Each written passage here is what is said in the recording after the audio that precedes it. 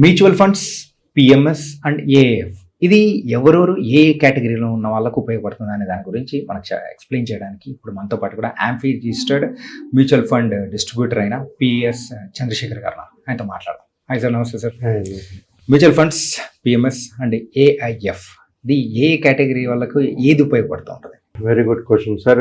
ఇది 3 ప్రొడక్ట్స్ చూసుకుంటే మంచి products. First mutual funds, portfolio management services, PMS, AF alternative investment funds. So ఈ మనకు ఎప్పుడు ప్రతి వాళ్ళు మాట్లాడేది మ్యూచువల్ ఫండ్స్. కొంచెం ఉంది, ఒకప్పుడు 1000 రూపాయల నుంచి స్టార్ట్ చేయొచ్చు, ఇప్పుడు 100 రూపాయల నుంచి కూడా స్టార్ట్ చేయొచ్చు ఇన్వెస్ట్మెంట్ ఎస్ఐపిఎస్. సార్ జనరల్గా మనం ఎవరికి సూటబుల్ అని మనం ఫస్ట్ మాట్లాడుకుంటే సార్ మినిమం ఇన్వెస్ట్మెంట్స్ గురించి మనం మాట్లాడుకోవాలి. ఓకే మ్యూచువల్ ఫండ్స్లో మనం మాట్లాడుకునేటప్పుడు నేను ఇందాక చెప్పాను కదా, 100 రూపాయల నుంచి కూడా ఎస్ఐపి స్టార్ట్ చేసుకుంటూ వెళ్ళొచ్చు, ఎంతైనా చేసుకోవచ్చు. పిఎంఎస్లో వచ్చేటప్పటికి 50 lakhs మినిమం ఇన్వెస్ట్మెంట్. ఓకే, ఏఐఎఫ్లో 1 crore మినిమం ఇన్వెస్ట్మెంట్. ఫస్ట్ అర్థం చేసుకోవాల్సింది. సో ఇన్వెస్టర్ ఎలాంటి ఇన్వెస్టర్స్కి సూటబుల్ అని మాట్లాడుకుంటే మ్యూచువల్ ఫండ్స్ రీటైల్ ఇన్వెస్టర్స్, చిన్న చిన్న ఉద్యోగాలు, చిన్న బిజినెస్లు చేసుకున్న వాళ్ళందరికీ సూటబుల్. పిఎంఎస్ అనేది హై నెట్వర్క్ ఇండివిజువల్స్, హెచ్ఎన్ఐస్ అంటాం, వాళ్ళకి సూటబుల్. వాళ్ళకి ఇక్కడ సార్ పిఎంఎస్, ఏఎఫ్ చాలా హై రిస్కీ ప్రొడక్ట్స్.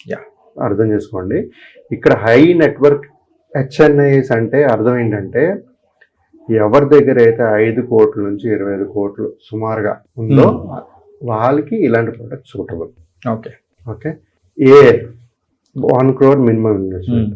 సో ఇక్కడ ఏంటంటే అల్ట్రా హెచ్ఎన్ఐ క్లయింట్స్ అంటే ఎవరైతే హై నెట్వర్క్, ఇక్కడ ఏంటంటే ఇంకో వర్డింగ్ పెట్టారు, హెచ్ఎన్ఐ కాకుండా అల్ట్రా హెచ్ఎన్ఐ అనేది పెట్టారు. ఇక్కడ సొఫిస్టికేటెడ్ ఇన్వెస్టర్స్ వస్తారు. ఓవర్ 25 CR ఉన్న వాళ్ళకి ఈ ప్రోడక్ట్ సూటబుల్. అంటే 5 to 25 అయితే ఒక 50 లక్షలు పిఎంఎస్ లో పెట్టడం no problem.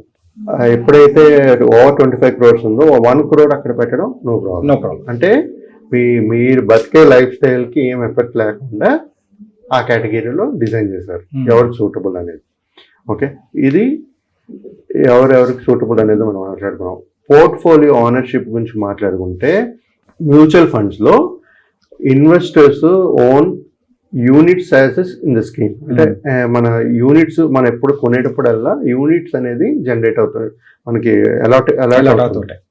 So it is in the form of units mutual funds లో. ఓకే, కమింగ్ టు పిఎంఎస్ వచ్చేటప్పుడు ఇక్కడ ఏంటంటే securities are hold in the name of investors.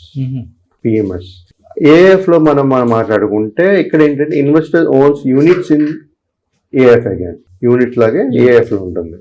So diversification మాట్లాడుకుంటే if you coming to mutual fund ఇక్కడ high diversification ఉంటుంది. PMS లో concentrated ఉంటుంది, concentrated portfolio ఉంటుంది. అదే ఏఎఫ్ లో చూసుకుంటే depends on the different strategies. ఇక్కడ ఏంటంటే కేటగిరీ 1, కేటగిరీ 2, కేటగిరీ 3 స్ట్రాటజీస్ ఉంటాయి, దాన్ని బట్టి డిపెండ్ అవుతుంది. ఓకే సార్, ఇది అయిపోయిన తర్వాత ట్రాన్స్పరెన్సీ గురించి మాట్లాడుకుంటే మన మ్యూచువల్ ఫండ్స్ లో డైలీ ఎన్ఏవి అనేది డిస్క్లోజ్ చేస్తుంటాం, రైట్? పిఎంఎస్కి వచ్చినప్పటికి ఏమవుతుందంటే పీరియాడికల్ గా ఈ డీటెయిల్స్ అనేది షేర్ చేస్తుంటారు, not every day. Okay, periodical గా పోర్ట్ఫోలియో డీటెయిల్స్ అనేది షేర్ చేస్తుంటారు ఎక్కడ పిఎంఎస్ లో. తర్వాత సార్ ఇక్కడ ఏఎఫ్ లో limited compare to mutual funds, mutual fund compare చేసుకుంటే లిమిటెడ్ గా ట్రాన్స్పరెన్సీ అనేది కనబడుతుంది. ఓకే, సో లిక్విడిటీకి మనం మాట్లాడుకుంటే sir mutual funds high liquidity, easy redemption. Okay, తర్వాత ఈ పిఎంఎస్కి వచ్చినప్పుడు మోడరేట్, అంటే మన మ్యూచువల్ ఫండ్స్ ప్రతిరోజు పెట్టుకోవచ్చు, ఎప్పుడైనా పెట్టుకోవచ్చు. ఈ పిఎంఎస్ లో అన్ని రోజులు పెట్టడానికి ఉండదు, ఏదో మోడరేట్ గా ఉంటుంది. అదే కాకుండా ఏఎఫ్ లో చూసుకుంటే సార్ జనరల్లీ లో, it has lock in periods. It may apply lock in periods AF లో, గుర్తుపెట్టుకోండి. రెగ్యులేషన్ వైజ్ మనం మాట్లాడుకుంటే sir mutual funds is under SEBI governance, PMS SEBI and AF also SEBI. Okay. Both, all the three products are under SEBI monitors. Risk level చూసుకుంటే mutual funds లో to high, right? అంటే మన debt కేటగిరీలో ఉంటుంది, ఈక్విటీలో కొంచెం high ఉంటుంది. Depending on the low to high category అని తీసుకోవచ్చు. పిఎంఎస్ ఏమో మోడరేట్ టు హై. ఇక్కడ లో టు హై, ఇక్కడేమో మోడరేట్ టు హై. ఏఎఫ్ చూసుకుంటే high to very high. Okay. AF. So అందుకే హెచ్ఎన్ఐ, అల్ట్రా హెచ్ఐఎన్ అని మాట్లాడుకున్నాం. ఇక్కడేమో 5 to 25, ఇక్కడేమో 25 plus 30 ఆర్ plus 25 ఓవర్. అలాంటి వాళ్ళకి ఈ ప్రోడక్ట్ సూటబుల్. సార్ ఇది అయిపోయిన తర్వాత ఫండ్ మేనేజర్ ఫ్లెక్సిబిలిటీ గురించి మాట్లాడుకుంటే, ఇప్పుడు మ్యూచువల్ ఫండ్స్ లో పెట్టేటప్పుడు ఏంటంటే ఒక ఫండ్ మేనేజర్ అనేది మేనేజ్ చేస్తుంటే లిమిటెడ్ బై స్కీమ్ మ్యాండేట్ చేస్తూ వెళ్తారు. ఇక్కడేమో పిఎంఎస్ లో హై ఫ్లెక్సిబిలిటీ ఉంటుంది. అంటే ఒక్కసారి మన పోర్ట్ఫోలియో క్రియేట్ చేసిన తర్వాత మ్యూచువల్ ఫండ్స్ లో అలా ఇన్వెస్ట్ చేస్తుంటారు. పిఎంఎస్ లో అలా కాదు. మన ఆ ఫండ్ మేనేజర్ ఫ్లెక్సిబిలిటీ చాలా ఎక్కువ ఉంటుంది. సో ట్రేడింగ్ చేస్తుంటారు కాబట్టి అమ్మడాలు కొండాలు చేస్తుంటారు, ఆ ఫ్లెక్సిబిలిటీ అనేది ఎక్కువ ఉంటుంది పిఎంఎస్ లో. అదే చూసుకుంటే సార్ ఇంకోటి ఏంటంటే ఏఎఫ్ లో హైయెస్ట్ ఫ్లెక్సిబిలిటీ ఉంటుంది కంపేర్ టు మ్యూచువల్ ఫండ్. తర్వాత టాక్సేషన్ కానీ చూసుకుంటే, కమింగ్ టు టాక్సేషన్ చూసి based on the mutual fund కేటగిరీలో మనం మాట్లాడుకుంటే ఈక్విటీ డెప్ట్. ఈక్విటీ అయితే 12.5%, డెప్ట్ అయితే 20%. డిపెండ్స్ ఆన్ ద డెట్ అయితే యాజ్ పర్ ద శాలరీ ఇది ఉంటుంది బేస్.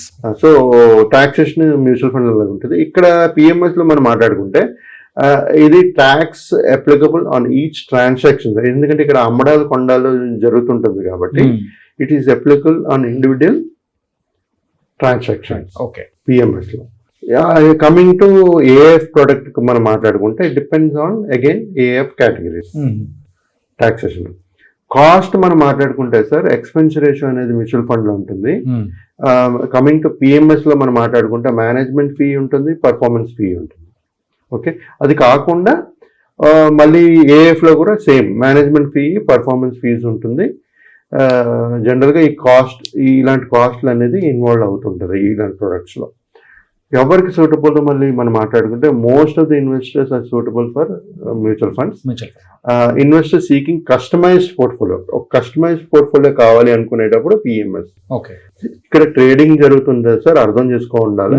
బయింగ్ అండ్ సెల్లింగ్ దాని మీద ట్యాక్సెస్ పడుతుంటాయి. ఓకే. ఇక్కడ ఇంకోటి ఏఎఫ్ ఏంటంటే ఎవరికైతే ఇన్వెస్టర్స్ ఆల్టర్నేటివ్ స్ట్రాటజీస్ ఆలోచిస్తున్నారో, so apart from mutual fund normal investing కాకుండా, పిఎంఎస్ ట్రేడింగ్ కాకుండా డిఫరెంట్ స్ట్రాటజీ ఆలోచిస్తే అది ఏఎఫ్. బట్ రిమెంబర్ సార్, ఈ పిఎంఎస్ ఏఎఫ్ లో ఇన్వెస్ట్ చేయాలనుకునేటప్పుడు హెచ్ఎన్ఐ క్లయింట్స్ అంటే అర్థం చేసుకోండి 5 to 25 years, 25 CR ఉంటే it is suitable for them. ఇప్పుడు ఏం చేస్తున్నారంటే 1 కోటి రూపాయలు ఉన్న వాళ్ళు 50 లక్షలు వేస్తారు, 50 లక్షలు ఉన్న వాళ్ళు 50 లక్షలు పిఎంఎస్ లో పెట్టేస్తున్నారు. సో మన రిస్క్ ని అర్థం చేసుకుంటూ ఇన్వెస్ట్మెంట్స్ అనేది చేయాలి. సో అదే విధంగా ఏఎఫ్ కూడా మీకు 1 కోటి రూపాయలు అంటే 1 కోటి రూపాయలు తీసుకుని వెళ్ళి ఏఎఫ్ లో పెట్టేస్తాను, త్వరగా రిచ్ అయిపోదాం అనుకుంటే ఆ రిస్క్ ని అర్థం చేసుకుంటూ మన ఇన్వెస్ట్మెంట్స్ ప్రొటెక్ట్ చేసుకోవాలి. ఒకవేళ మీద 10 కోట్లు ఇప్పుడు 25 కోట్ల పైన ఉందనుకోండి, why you need to select only AF? Because మీకు ఎక్కువ వస్తుంది. డబ్బులు ఎక్కువ ఉండేటప్పుడు పర్వాలేదు 1 కోటి రూపాయలు, అందుకే ఈ కేటగిరీస్ పెట్టారు. Above 25 years ultra HNI clients, 5 to 25 years HNI, PMS, AF. So ఆ విధంగా మనం ఎవరైనా ఒక డైవర్సిఫైడ్ పోర్ట్ఫోలియో ఇన్వెస్ట్మెంట్ చేసుకోవాలనుకుంటే ఈ విధంగా పిఎంఎస్ లోని ఏఎఫ్ లో కూడా చేసుకోవచ్చు. రిస్క్ అర్థం చేసుకుంటూ ఇన్వెస్ట్మెంట్స్ అనేది చేయొచ్చు. మెయిన్గా అక్కడ రిస్క్ అనేది ఉంటుంది, కానీ ఎవరెవరికి ఏదేది ఉపయోగపడుతుందని కూడా చాలా చక్కగా వివరించారు సార్. అంటే ఈ 3 కేటగిరీస్ మెయిన్గా ఎవరికి సూట్ అవుతాయి అనే దాని గురించి వీడియో అనేది కూడా జరిగినాయి. Thank you so much sir. Thank you.